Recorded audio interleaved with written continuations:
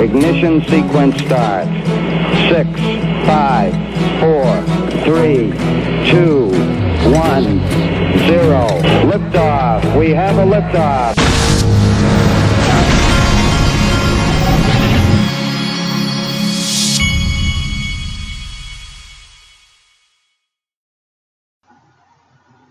Hey everybody, this is the Digital Asset Investor. I just got back from going on a jog/walk. I'm starting to get back into it. I took quite a break from with all the AFib and all that stuff. I took a break and kind of took it easy for a while, but I'm starting to get back into it, and I'm really feeling right, if that makes any sense. I got this from Ticket Attorney at Fix Tickets Vegas. That sounds like a guy that would be a good guy to know in Las Vegas. Okay, next. He gave me this.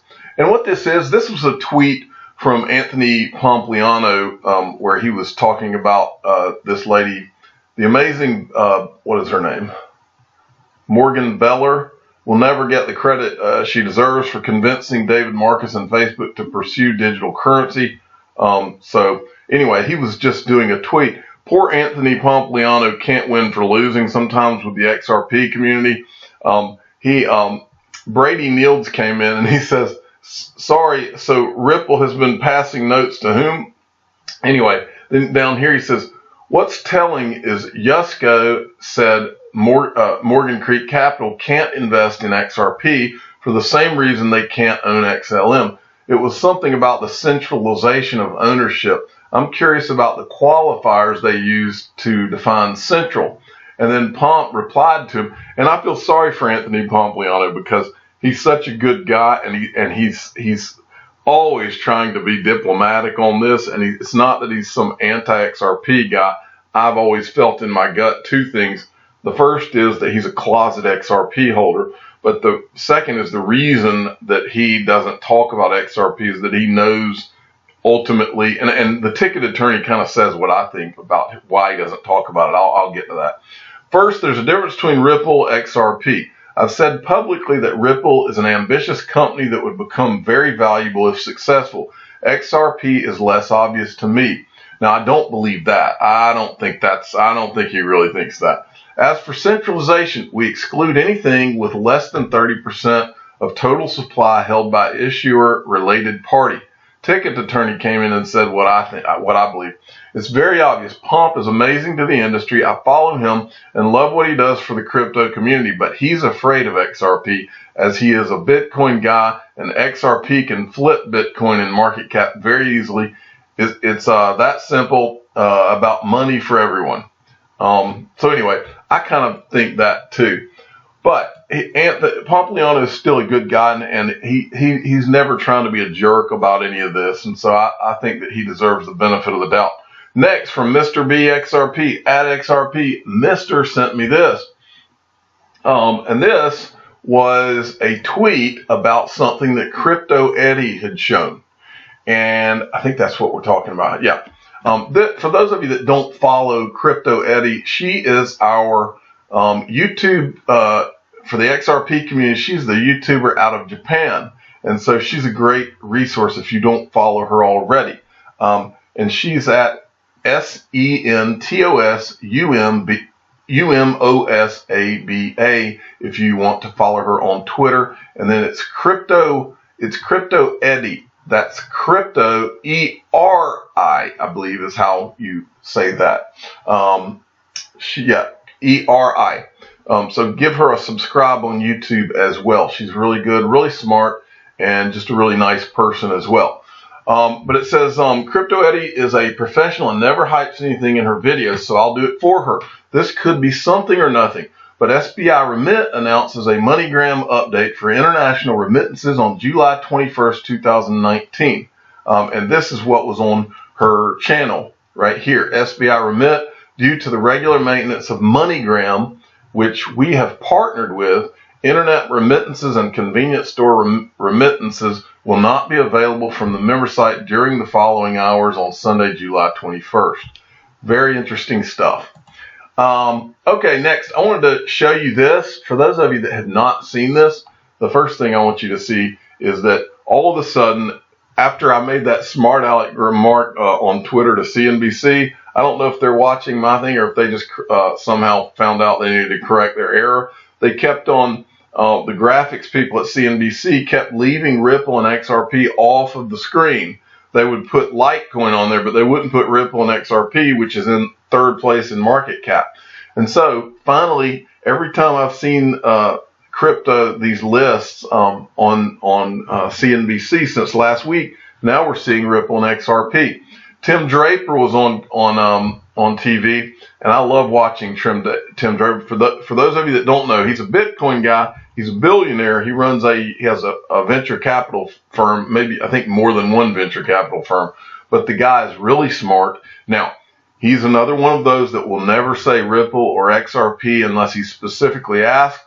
But again, he's like Pompliano. He's invested in Bitcoin. I think that he ultimately knows that he needs to just stay away from talking about XRP, because I think these guys are wanting to make their money in Bitcoin first, and then I think they see XRP as a later phase for whatever reason or something like that. One day I'm going to find out the answer to this mystery of why all these people will not say XRP. But I wanted to tell you a couple of things Draper said in this video. You can go to CNBC's channel if you want to watch the video. Well, first thing he said, he was talking about how this is all about to change the world. He said decentralization of the world is what is about to occur. And he said it'll improve everyone's lives. Now, I also think at the same time, I think it's going to improve a lot of lives, especially people in poorer nations that will now be able to, in essence, have bank accounts on their phone where they haven't ever had bank accounts before. I think it'll improve that. I think it'll improve for them being able to get money sent into those countries that they couldn't get sent in before. But I also think that that digital assets are going to create uber wealthy classes, and there's going to be a pretty large separation between those uber wealthy who found digital assets early. I think I've compared it to the Gilded Age, and I'll get to that in a minute. I'm going to show you something you can watch on that I've been watching this morning.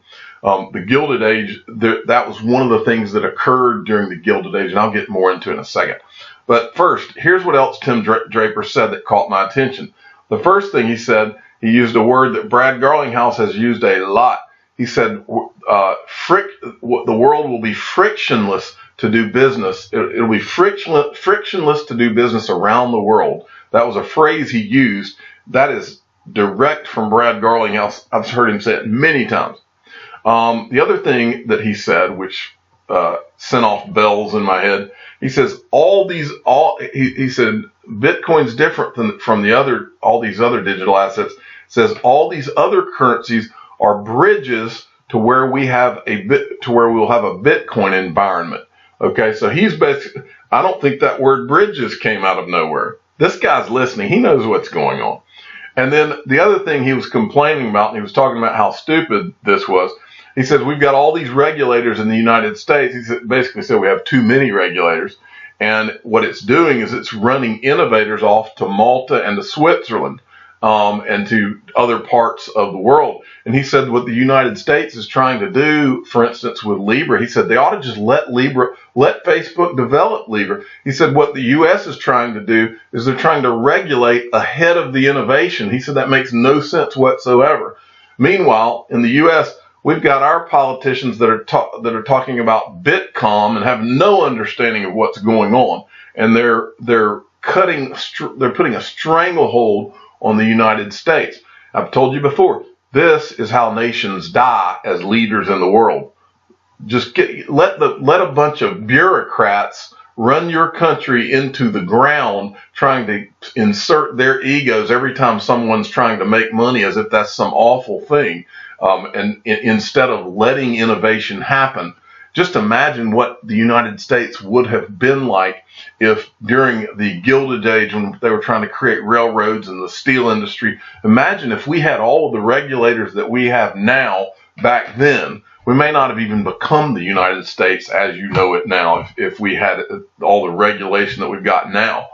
Okay, well next, about that Gilded Age. What I've been watching this morning is it's a PBS documentary about the Gilded Age. The Gilded Age refers to when the railroads came about, J.P. Morgan and the railroads, and Carnegie, and the what else? The creation of the steel industry.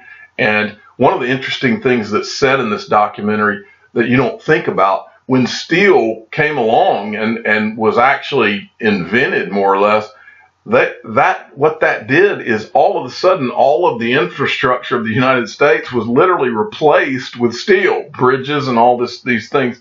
You know, these politicians for the last few years have been talking about rebuilding bridges and all that. Well, we don't know where all that money went. They just talk about it. But back during the Gilded Age, they actually did rebuild the bridges with better materials. When steel came about. Well, and then you had the railroads and the tracks laid for the railroads around the country, and all of a sudden materials could be moved from place to place. And so what the Gilded Age is about is you had a two different worlds. It created a class of people like the Vanderbilts and the J.P. Morgans and that class of people, and they were mega wealthy and held they were in the top 1% and held most of the country's wealth. Meanwhile, you had most of the population didn't have near what those people had, and so the Gilded Age is it's kind of got a negative slant. But anyway, the bottom line is I believe that we're in a similar period where major changes are about to occur, and I believe that a lot of the people that did not see this, a lot of your friends and family who only ask you about digital assets every time the market starts to go up, I believe a lot of those people are going to miss out on this. I believe a lot of them already have missed out, but I think it's going to be very obvious. I believe that, and I can't remember who I told this the other day, but I believe that many of us that saw digital assets very early, I believe many of us are going to be very wealthy, and at the same time, I believe that we're going to be very lonely in that wealth because I don't believe a lot of people are going to get to participate in what's coming because they still don't get it, and it'll be too late, faster than you think. That's what I believe. Okay, next from Chinu Patel. I'm sorry, not Chinu Patel, it's Jaquito McPhee. These guys are both doing so well recently that sometimes I'll see one and think the other one. Sent me this. Sentbe runs on Ripple from @SEV3NSOUL. Runs on Ripple. This is a commercial that they're running now. Sentbe, smart remittance, start today. Runs on Ripple, and you can download that in Google Play or the App Store. I'm the digital asset investor. I'm not an investment advisor. This is for entertainment purposes only. Please subscribe and hit the like button, and tell your friends and family that Sentbe does run on Ripple now. Thanks for listening.